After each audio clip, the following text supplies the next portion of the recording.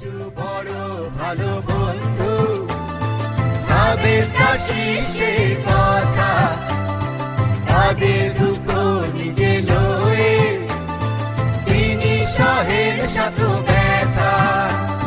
যিশু বড় ভালো বন্ধু, ভাবে তার শিষ্যে কথা, তাদের দুঃখ নিজে লয়ে তিনি সহেন। প্রিয় শ্রোতা বন্ধু, প্রভু যিশুর মিষ্টি ও মধুর নামে শুভেচ্ছা জানাই। আজকে আমরা গীতসংহিতা তার 23 অধ্যায় 1 পদ থেকে একটু আলোচনা করি। লেখা আছে, সদাপ্রভু আমার পালক, আমার অভাব হইবে না। এটি এমন একটি গীত যেটা নাকি প্রত্যেকটি খ্রিস্টান পরিবারের ছেলে ও মেয়েরা শিশুকাল থেকেই মুখস্থ করে ফেলেছেন। বাড়িতে বাড়িতে যখনই কোনো পুরোহিত বা আধ্যাত্মিক মানুষজন আসেন, বিশেষ করে মায়েরা ছোট শিশুটিকে উৎসাহ দিয়ে বলেন, শোনা, একটু গীতসংহিতা 23 আঙ্কেলকে বলে শুনিয়ে দাও তো।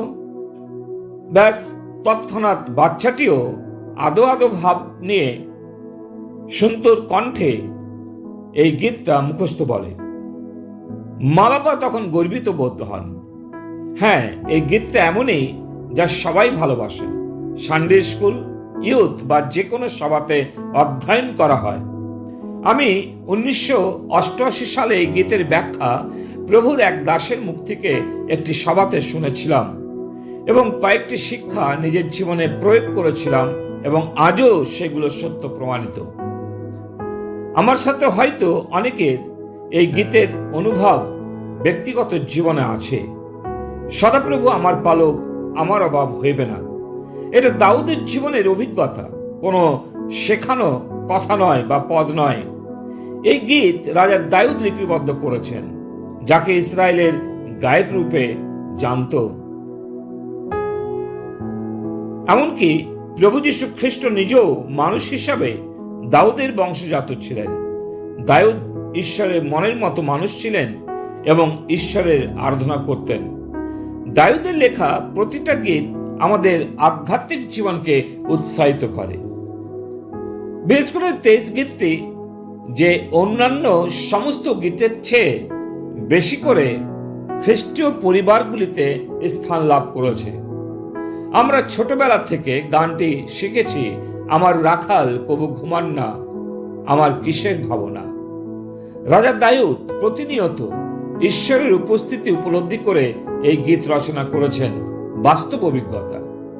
এই গীতটি জীবনের যে কোনো সময় যে কোনো পরিস্থিতিতে ব্যবহার করা যায়, যেমন জন্মদিন, আনন্দ, পর্ব, শোক, দুঃখ, এমনকি অসুস্থতার সময়ও ব্যবহৃত হয়।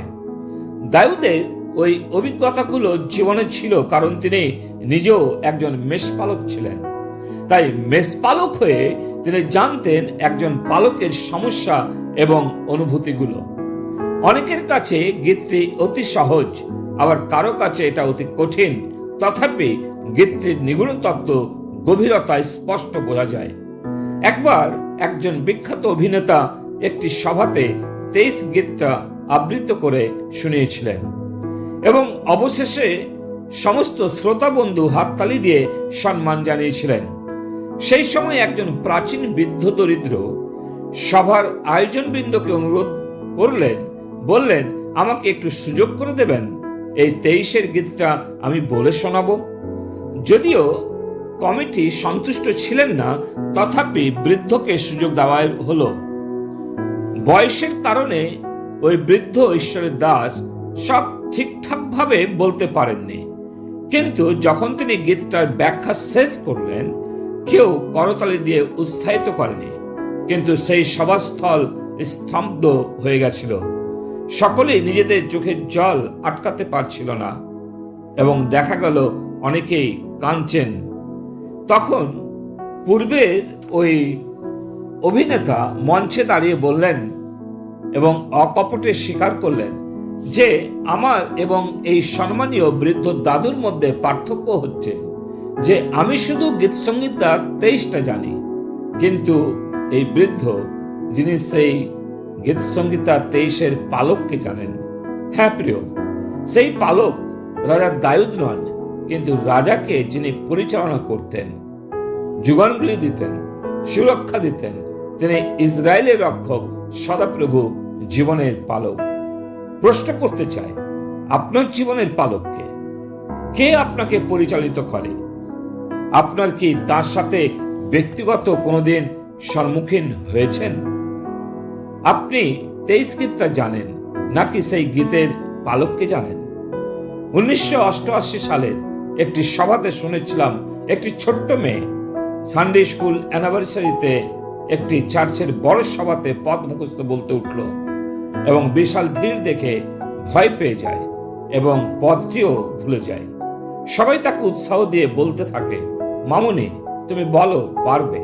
সেই মেয়েটি সাহস পেল আর বলল, সদাপ্রভু আমার পালক, আমি আর কিছু চাই না। এ বলে ওই মেয়েটি বসে গেল। কিন্তু চার্চে অনেকেই কথাটি নিয়ে চিন্তা করতে থাকলো। আসলে সদাপ্রভু যখন জীবনের পালক হন, তখন আর কিছুরই প্রয়োজন হয় না। দাউদ তিনি জীবনে তা উপলব্ধি করেছিলেন। মোশে ইসরায়েল জাতিকে নিয়ে প্রান্তরে তা উপলব্ধি করেছিলেন। তাদের কোনো কিছুরই অভাব হয়নি।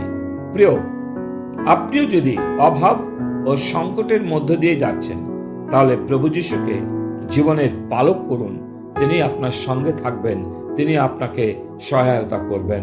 ঈশ্বর তিনি তার বাক্যে আমাদের প্রত্যেককে আশীর্বাদ করুন। পিতা ঈশ্বর, তোমাকে ধন্যবাদ দিই।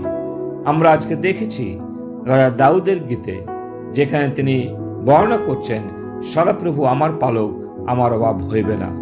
প্রভু যিশু, প্রার্থনা করি আমাদের সেই অভিজ্ঞতা দাও, যেন তোমার সাথে আমরা চলি, তোমাকে আমাদের জীবনের পালক করি। প্রার্থনা প্রভু যিশু নামে চাই, আমেন।